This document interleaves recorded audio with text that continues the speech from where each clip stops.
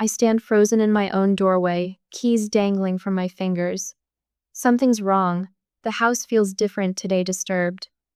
Laughter drifts down from upstairs, then stops abruptly at the sound of my key in the lock. I know that laugh. Lucas, home early from work. Maple rushes toward me, her golden fur a blur. Instead of her usual playful greeting, she whimpers, pressing against my legs with unusual anxiety. I bend down to stroke her head, my hand trembling slightly. "What's wrong, girl?" I whisper. That's when I spotted Lucas's dress shirt draped across the staircase banister. The pale blue one I ironed yesterday morning. And there's something else in the air, a perfume. Unfamiliar, yet somehow I know it. My stomach twists into a knot. I take deliberate steps up the stairs, each one heavier than the last. The wood creaks beneath my feet, announcing my ascent. Hushed, urgent whispers drift from our bedroom where the door stands slightly ajar. A woman's voice, then Lucas's, pleading, frantic. My hand pushes the door open before my mind fully processes what I'm about to witness. The hinges groan, a drawn-out note of betrayal. Lucas scrambles off our bed, yanking the sheet around his waist. And there, fumbling with her bra clasp, is Brooke, my sister. Her lipstick smeared, hair disheveled. 9 years younger, and a lifetime more favored. Of all people, my voice barely rises above a whisper. My own sister? Lucas steps forward, one hand extended. "Melissa, this isn't what it looks like." A laugh escapes me, harsh and foreign to my own ears. "Really, Lucas? Because it looks exactly like you're sleeping with my sister in our bed." Brooke doesn't even have the decency to look ashamed. Instead, annoyance flashes across her face, the same expression she wore when we were children, and I interrupted her piano recital practice. "You weren't supposed to be home until 6, she says, as if I'm the one who's intruded. The room spins slightly. I grip the doorframe to steady myself as memories cascade through my mind. 17 years old, clutching my Northwestern scholarship letter. Full ride. The culmination of 4 years of straight A's and part-time jobs. My parents barely glanced at it, too busy preparing for Brooke's dance recital that evening. My wedding day. Mother fussing over Brooke's bridesmaid dress, concerned the pale pink would wash out her complexion. "Melissa can handle herself," she'd said when the photographer called for the mother-daughter photos. "Let's make sure Brooke's hair is perfect first." 3 months ago, Brooke showing up at our doorstep, mascara streaked down her cheeks. "The big city chewed me up," she'd cried. "I just need somewhere to stay temporarily." Lucas had been irritated at first. Then his irritation transformed into something else, something I'd noticed but dismissed. I take a deep breath and walk out, my legs carrying me downstairs automatically.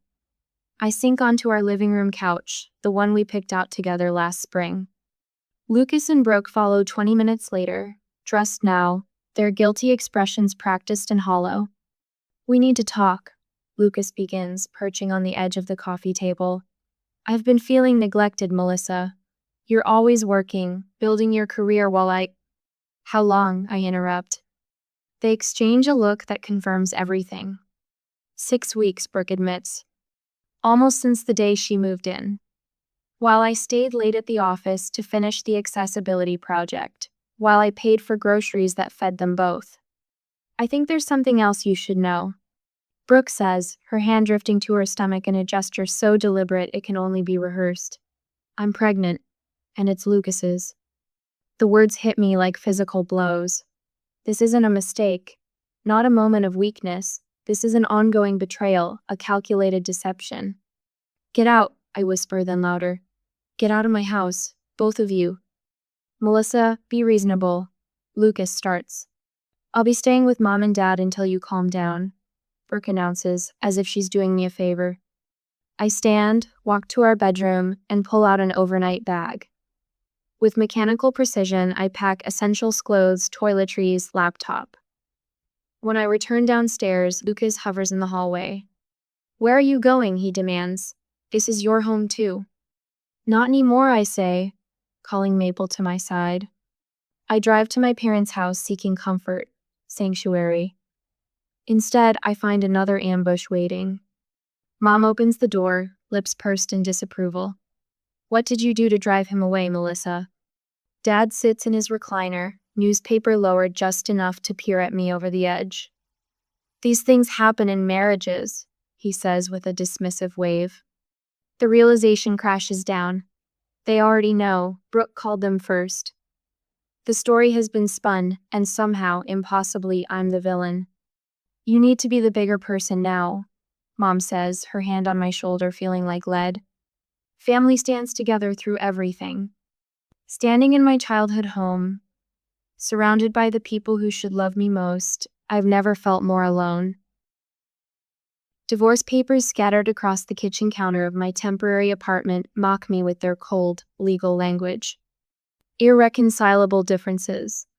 Such a bland phrase for finding your husband in bed with your sister. My phone lights up for the 5th time this hour. Mother again. I let it go to voicemail, knowing exactly what's coming. 3 minutes later, the notification appears. I press play, bracing myself. Melissa, it's Mom. Her voice carries that familiar note of disappointment. Brooke had some complications yesterday. The doctor says stress isn't good for the baby. A deliberate pause. She needs her sister right now, call me back. I delete the message and pick up a pen to initial another page. My phone buzzes with a text from Dad. Family stands together through everything. Remember what we taught you. What they taught me. I laugh. The sound hollow in the empty apartment. They taught me to smile when overlooked, to expect less, to make room for Brooke's needs. Always Brooke. Maple nudges my hand with her wet nose, sensing my distress. At least I have her. It's okay, girl, I whisper, scratching behind her ears. We're okay. My laptop pings with a notification. Against my better judgment, I click on it. A social media update. My cousin Jen has tagged me in a photo. My finger hovers over the mouse, hesitating before clicking. The image loads, punching the air from my lungs. Lucas and Brooke, his arm around her expanding waistline. My mother beaming beside them, holding up a tiny yellow onesie. The caption reads, "So excited for this new chapter. Family is everything." 43 likes. 6 congratulatory comments. Posted 3 hours ago in his living room. I slam my laptop shut and head to work. The office has become my sanctuary, the one place where life makes sense. Lines of code and user interfaces don't lie or manipulate. They simply work or they don't. I focus on my monitor, adding accessibility features to a client's website. My fingers fly across the keyboard, building digital pathways that anyone can navigate, regardless of their limitations. If only human relationships were as straightforward. Melissa. My coworker Jim's voice breaks my concentration. There's someone asking for you at reception. She seems upset. I know who it is before I reach the lobby.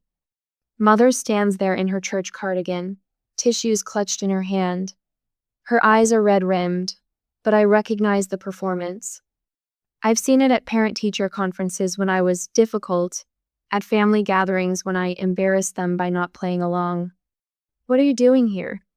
I keep my voice low, aware of receptionist Kathy watching with undisguised interest. You won't answer my calls. Mother dabs at dry eyes. I had no choice. I'm working, Mom. This isn't appropriate. She raises her voice slightly, ensuring others can hear.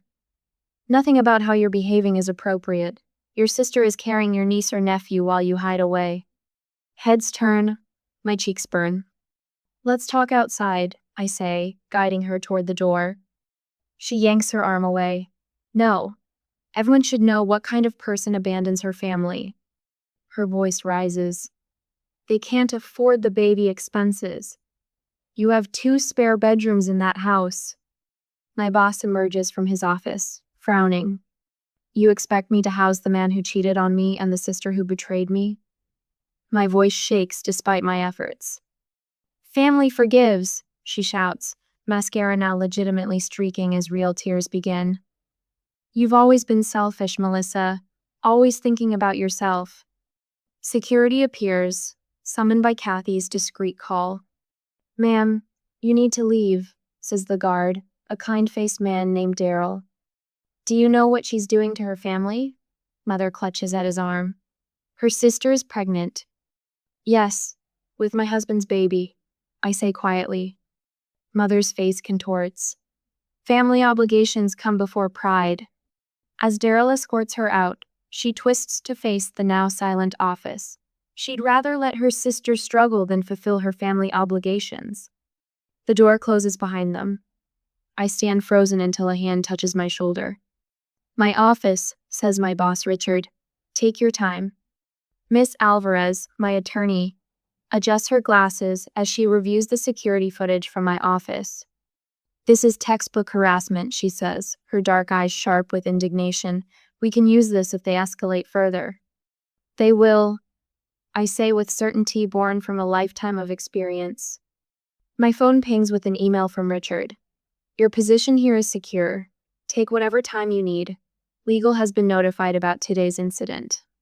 For the first time in weeks, I feel something like relief. A text appears from Tara, a designer I've worked with but barely know. Lunch tomorrow? I make a mean grilled cheese and know a thing or two about toxic families. I hesitate, then type back, yes, thank you. That night, an email from Aunt Karen arrives, subject line, your parents' financial situation. Melissa dear, I've always thought of you as the sensible one. Your parents might lose their home helping Brooke and Lucas. Your father's retirement account can only stretch so far. I know you're hurt, but surely you don't want your parents homeless at their age. I close my eyes, remembering the new car in their driveway last month, the cruise they booked for fall. Opening Facebook, I find 3 posts from relatives I see once a year at Christmas, all variations on a theme. Family above all. Some people need to examine their priorities. So sad when people hold grudges. Anonymous comments have appeared on my professional profile questioning my reliability and teamwork. The pattern is clear, they're trying to damage my career, my reputation. Make me so desperate I'll give in. I look at the calendar, the 16th of April, my birthday. No calls from family, just demands disguised as concern. Old photo albums sit in a box by my bed. I flip through them, seeing the pattern for the first time. Family photos where I stand slightly apart. Achievements unacknowledged, while Brooke's smallest efforts earn celebration. My email pings. Lucas. Mel, I know you're angry, but this isn't about us anymore. The baby needs stability. We're struggling to make rent. You're living alone while we're cramped at your parents'. Be reasonable. You always were stubborn and unforgiving. Maybe if you'd been more attentive as a wife, none of this would have happened. My finger hovers over block contact. Then, with a clarity I've never felt before, I press it. One by one, I block every family member who's participated in this campaign. For the first time in my life, I choose myself. The manila envelope sits on my desk like a ticking bomb. My coworker Jen placed it there with concerned eyes, whispering, it was hand-delivered. The return address confirms what my hammering heart already suspects: Hartwell and Associates. Lucas's attorney. I slide my finger under the seal, the paper slicing a thin cut. A drop of blood wells, bidding for what comes next. Inside, legal documents spill out with their cold, clinical language. Plaintiff Lucas Blake seeks damages for emotional distress and reputation damage against defendant Melissa Blake. My eyes catch phrases throughout the complaint. Willful abandonment. Malicious interference with business relationships. Reckless disregard causing pregnancy complications. Each accusation lands like a physical blow. A handwritten note flutters out, Mom's distinctive cursive. You can avoid all this by simply helping them. Why make everyone suffer through a court battle? The fluorescent lights suddenly seem too bright. My hands shake as I gather the papers, sliding them back into the envelope. 10 minutes later, I'm walking into Miss Beeplope. Alvarez's law office, the weight of the documents heavy in my bag. Her office smells of lemon polish and old books. Dark wood paneling lines the walls, diplomas and certifications displayed without ostentation. Miss Alvarez herself sits behind a substantial desk, her silver-streaked hair pulled back in a sleek bun. Her eyes, sharp and assessing, soften slightly when she sees my face. "They're suing me," I say, placing the envelope on her desk. Miss Alvarez reviews the documents, her expression revealing nothing. When she looks up, I expect pity. Instead, I see calculation, the look of a chess player seeing 3 moves ahead. "What do you want to do?" she asks. The question catches me off guard. My entire life, decisions were made around me, for me, despite me. What I wanted rarely factored in. "I've been silent my whole life," I say, my voice growing stronger with each word. "I won't be silent about this." Miss Alvarez nods, a hint of approval in her eyes. Then we build our case. The next 3 weeks become a blur of documentation. Every cruel text from Lucas, every manipulative voicemail from my mother, every public social media post from Brooke painting me as the villain, all captured, dated, organized, Miss Alvarez's paralegal, a young man with kind eyes and ruthless efficiency, helps me reconstruct the timeline. Financial records reveal the most damning evidence. Lucas had been systematically draining our joint savings for months before the affair came to light. Credit card statements showed dinners, hotel bookings, jewelry purchases, all while I worked overtime on the accessibility project that kept me at the office late. "Look at this," Miss Alvarez points to a transaction from February. "This weekend getaway was booked 2 days after Brooke moved in. The betrayal wasn't spontaneous, it was calculated from the beginning. Support arrives from unexpected quarters. My neighbor, Mrs. Castillo, provides a notarized statement confirming that Brooke's car frequently stayed overnight at our house when I traveled for work months before I discovered the affair. 3 of Lucas's former employees come forward, revealing he'd been neglecting the business, taking extended lunches, closing the shop early. The most surprising ally appears on a rainy Tuesday, Brooke's former roommate from New York. "I'm Danny," she says, shaking my hand firmly in Miss Alvarez's conference room. "Brooke screwed me over too, took off owing 3 months' rent and trashed my reputation with our friend group." Danny's testimony dismantles Brooke's claim of being a helpless victim of big city cruelty. The evidence mounts, each piece reinforcing what I'd suspected. I wasn't crazy, I wasn't overreacting. I'd been methodically manipulated by the people I trusted most. The morning of the hearing arrives with unexpected calm. I dress carefully, charcoal pencil skirt, ivory blouse, my grandmother's simple pearl earrings. Not flashy, nothing that could be interpreted as vindictive or attention-seeking. In the courthouse corridor, I spot them huddled together, Lucas, Brooke, Mom, Dada, unified front. Brooke's hand rests protectively on her slightly swollen belly, a calculated gesture. They expect me to crumble at the sight, to seek reconciliation rather than face them in court. Instead, I walk past with my chin up, Miss Alvarez beside me. Their confidence visibly falters. Lucas tugs at his collar. Dad's eyes dart away when I meet his gaze. Only Brooke maintains her entitled glare, though it wavers when Miss Alvarez gives her a cool once-over. Inside the courtroom, their attorney presents their case with practiced indignation, painting me as a jealous, vindictive woman who abandoned her family in their time of need. Brooke takes the stand, her voice trembling with practiced emotion as she describes the high-risk pregnancy complications my harassment supposedly caused. Miss Alvarez rises when our turn comes. With methodical precision, she dismantles their narrative. Medical records from Brooke's own doctor contradict her claims of pregnancy complications. Security footage shows my mother's workplace ambush. Financial records expose Lucas's misappropriation of our joint funds. The judge's expression shifts from professional neutrality to growing disbelief as the evidence mounts.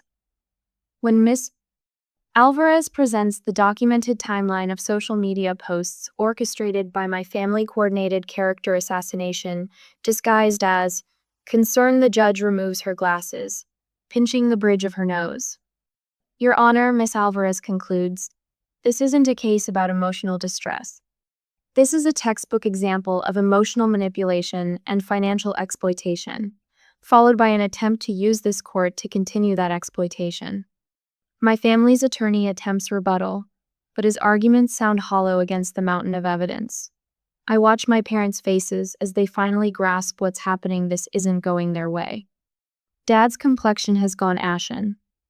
Mom keeps glancing at Brooke, whose hand now clutches Lucas's arm with white knuckles. The judge clears her throat, replacing her glasses with deliberate movements. I've heard enough, she says, her voice carrying the weight of judgment. This court will not be weaponized for emotional manipulation. I sit perfectly still, hardly breathing as she continues.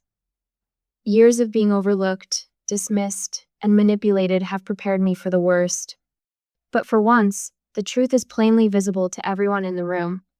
The plaintiff's claims are dismissed with prejudice, the judge states firmly. Furthermore, I'm ordering the plaintiffs to pay the defendant's court costs in full. The gavel comes down with a crack that echoes through the suddenly silent courtroom. My family's faces register the impossible they've lost.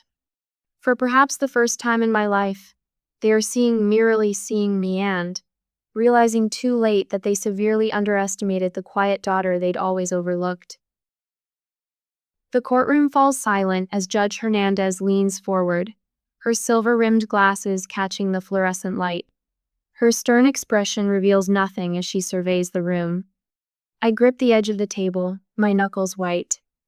This court, she begins, each word deliberate and weighted, will not be weaponized for emotional manipulation. My breath catches. Beside me, Miss Alvarez's posture remains perfect, but I catch the slight twitch at the corner of her mouth. The claims against Melissa Blake are dismissed in their entirety. The judge's gavel cracks against wood. Furthermore, plaintiffs Lucas Morgan and Brooke Blake will pay all court costs totaling $8,000. Across the aisle, Brooke's mouth falls open. Lucas slumps forward, hands covering his face. Behind them, Mom clutches Dad's arm, her expression frozen in disbelief. They never expected to lose. We won, Miss Alvarez whispers, her professional composure intact, save for the gleam in her dark eyes. But victory feels different than I imagined. Not elation, just quiet confirmation that sometimes justice does prevail. My phone buzzes nonstop that evening. I place it face down on my apartment counter and pour a glass of Merlot. Maple nudges my leg, sensing my unease. It's okay, girl, I murmur, scratching behind her one floppy ear. When I finally check the messages, they spill out like poison. Mom's voicemail. Melissa, you've always been so stubborn. This isn't what your father and I raised you to be. Call me back. Dad's text. You've destroyed this family. I hope you're satisfied. Brooke's Facebook post already has 17 comments. Some people have so much influence they can buy a judge. Corrupt justice. Family betrayal. Lucas's message arrives last. This isn't over, Melissa. You think you've won? You've just started a war. I forward each communication to Miss Alvarez without responding. She calls within minutes. Document everything, she advises. Don't engage with any of them directly. I follow her counsel precisely. My response to each family member is identical, a carefully crafted paragraph, reviewed by Miss Alvarez, stating my desire for no further contact. Professional. Distant. Final. The cease and desist letters go out the next morning. Miss Alvarez suggested certified mail so they can't claim they never received them. My only public statement appears beneath Brooke's post. Thank you to everyone who has supported me through this difficult time. The court records speak for themselves. 3 days later, I call a real estate agent. The for sale sign gleams in my front yard, catching morning light. I sip coffee on the porch, watching my old neighborhood wake up. Mrs. Patterson from across the street gives a tentative wave. Last month, she wouldn't make eye contact. Word travels fast in Denver. Lucas's auto shop voicemail now directs customers to a competitor across town. His business partner bought him out at a loss, according to neighborhood gossip. Apparently, skilled mechanics don't appreciate bosses who abandon the shop for afternoon trysts and court appearances. Pastor Mike from my parents' church calls unexpectedly. "We've missed seeing your folks on Sundays," he says, his voice gentle. "Is everything all right with them?" I tell him only that we've had a family disagreement. He doesn't press, but his careful phrasing tells me he's heard enough. Brooke's baby shower invitation circulates on social media. Taylor, my colleague who attended high school with her, shows me the photos afterward: a half-empty living room, elaborate decorations, and Brooke's tight smile as she opens gifts. Mom hovers nearby, refilling punch cups nobody requested. I feel nothing, not satisfaction, not even anger anymore. The consequences I never sought unfold on their own. A natural tide I neither control nor resist. Seattle, Miss Alvarez Deanna, now that we're having lunch as friends rather than client and attorney, raises her eyebrows. Promotion to UX design director. I smile, slicing into my salmon.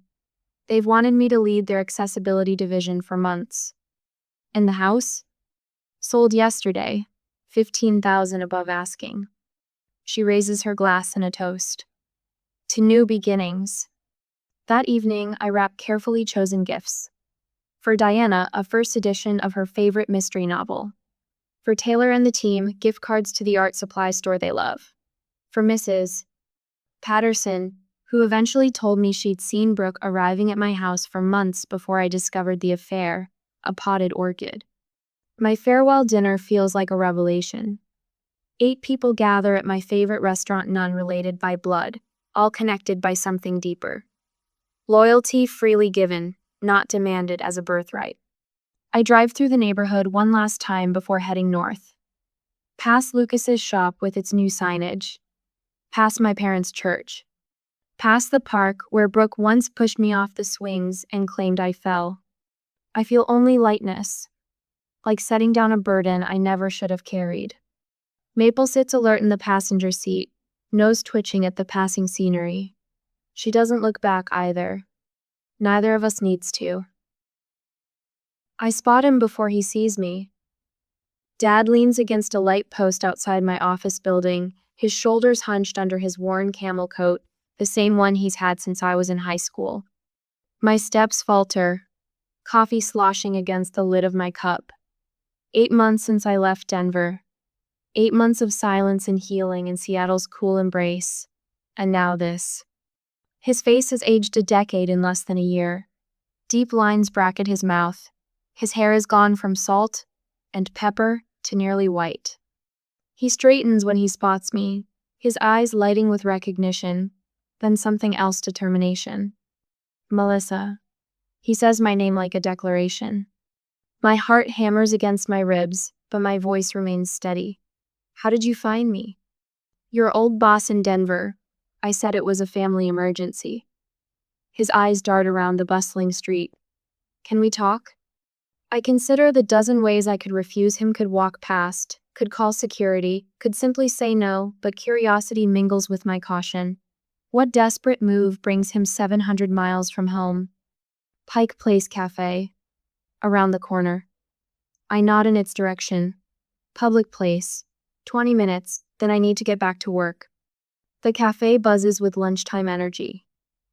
I choose a table near the center, where baristas and customers create a buffer of witnesses. Dad arrives 5 minutes later, removing his coat to reveal a sweater that hangs loose on his frame. He's lost weight. Coffee? I ask, already signaling to the server.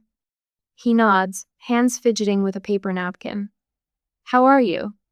His voice holds an uncharacteristic hesitancy. Good. I offer nothing more. No opening for him to slip through. His coffee arrives. He wraps weathered hands around the mug but doesn't drink. Your mother misses you. I take a slow sip from my own cup. Wait. She cries herself to sleep most nights. He continues when I don't respond. This separation, it's killing her. Is that why you came? To tell me Mom misses me? His eyes shift away, then back. Brooke and Lucas are struggling with the baby. Colic, the doctors say. She hardly sleeps. I'm sorry to hear that. The words come out flat, stripped of the sympathy they might once have carried. Lucas lost the shop. Dad leans forward, voice dropping. Bank foreclosed 2 months ago. Too many missed payments during everything. The final piece clicks into place. You need money. He flinches as if I've struck him. It's not about money. It's about family standing together through hard times. But you do need money. His jaw tightens, the same expression he wore when I questioned his authority as a teenager. There are expenses, medical bills, the baby. Your mother and I had to refinance the house to help them. I nod, waiting for what comes next. He pulls out his phone, taps the screen a few times, then slides it across the table. An email is open, addressed to me. The subject line reads, Family Dissolution. My eyes catch phrases in the body. Formally sever our relationship. Irreconcilable differences. No longer consider yourself our daughter. If you don't help, we're officially cutting ties with you, he says, watching my face for signs of distress. Your mother and I drafted this together. I read the email twice, feeling the weight of what would have crushed me a year ago. Now I only feel a strange lightness. You're assuming this is a threat, not a relief. His eyes widen. I stand slowly, my chair scraping against the floor. Several nearby patrons glance our way. I tower over my seated father, drawing myself to my full height for perhaps the first time in his presence. I didn't lose a family, I say, my voice clear enough that a couple at the next table pauses mid-conversation. I lost people who never treated me like family.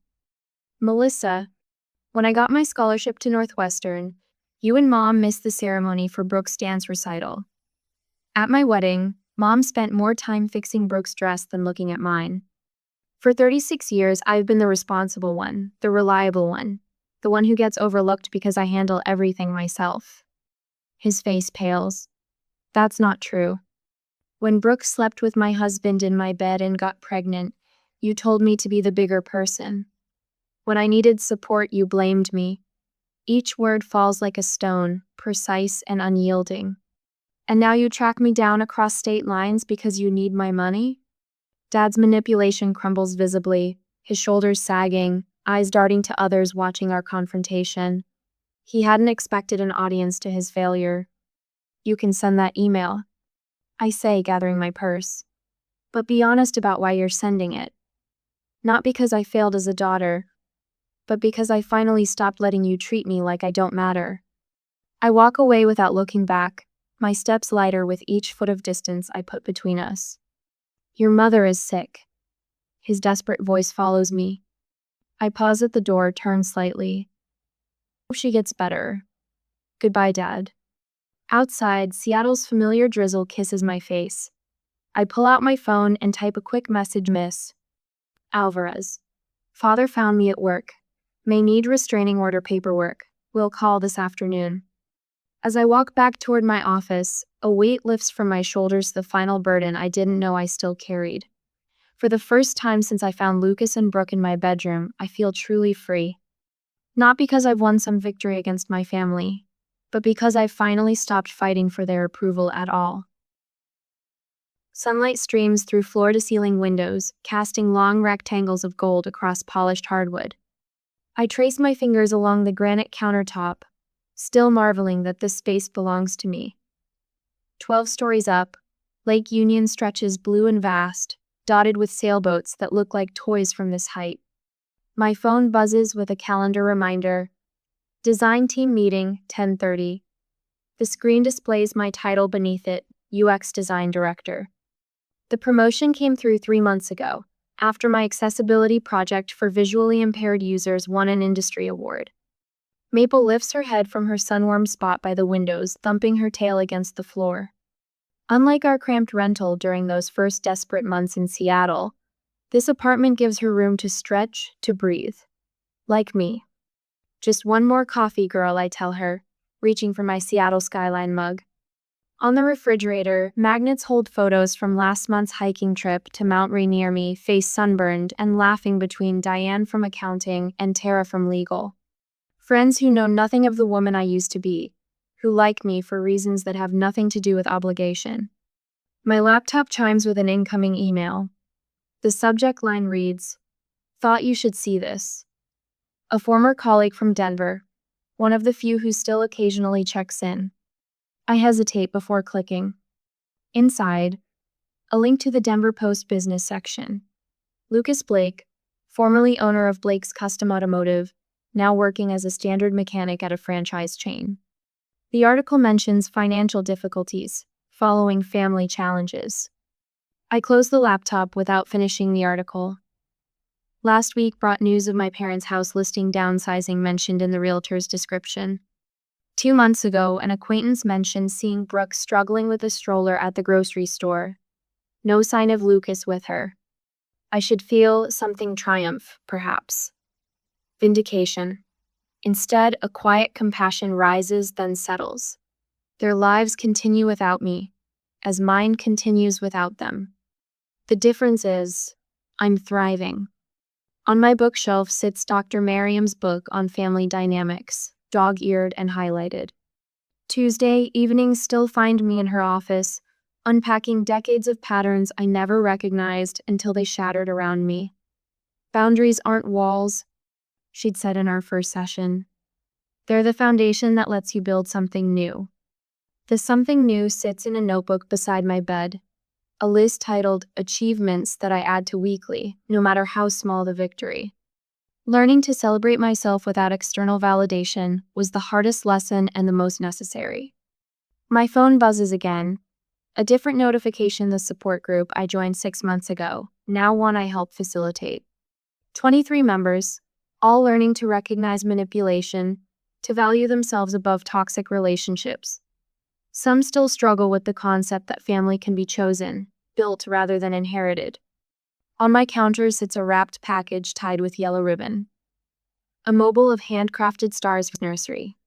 Her baby shower invitation arrived last week, the first I've attended since Brooke's hastily organized event I never received an invitation to. This one feels different, genuine joy for a friend embarking on motherhood, untainted by manipulation or guilt. The weekend volunteer schedule for the women's shelter hangs on my refrigerator, teaching women to recognize the subtle signs I missed for years. Last month, Maria slipped a note into my hand before leaving for her new apartment. "You showed me I deserve better. You changed my life."